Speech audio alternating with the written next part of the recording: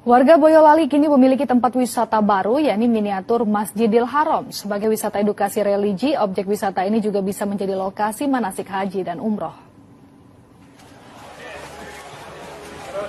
Bukan di Tanah Suci Mekah, melainkan di Kabupaten Boyolali, Jawa Tengah.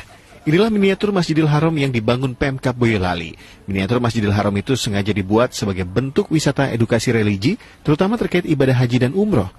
Tak hanya miniatur Masjidil Haram, ada juga miniatur Masjid Nabawi, Bukit Safa Marwa, lokasi lempar jumroh, hingga tempat air zam-zam yang bisa digunakan untuk kegiatan belajar manasik haji atau umroh para pengunjung. Objek wisata edukasi religi yang memakan biaya 25 miliar rupiah itu dibangun dari lokasi bekas Pasar Sapi Singkil. Nantinya objek wisata itu bisa dikunjungi secara gratis oleh warga sejak 1 November 2023 hingga 31 Desember 2023 mendatang, selama 2 bulan masa percobaan. Dengan terbangunnya wisata edukasi religi ini, Bupati berkeinginan bagaimana Kabupaten Boyolali ini memiliki satu tempat yang dapat dijadikan menjadi ruang belajar bersama, utamanya bagi anak-anak kita, siswa-siswi pelajar, sehingga dapat mempelajari bagaimana menjalankan ibadah haji, umroh, sesuai dengan apa yang seharusnya dilaksanakan di sana.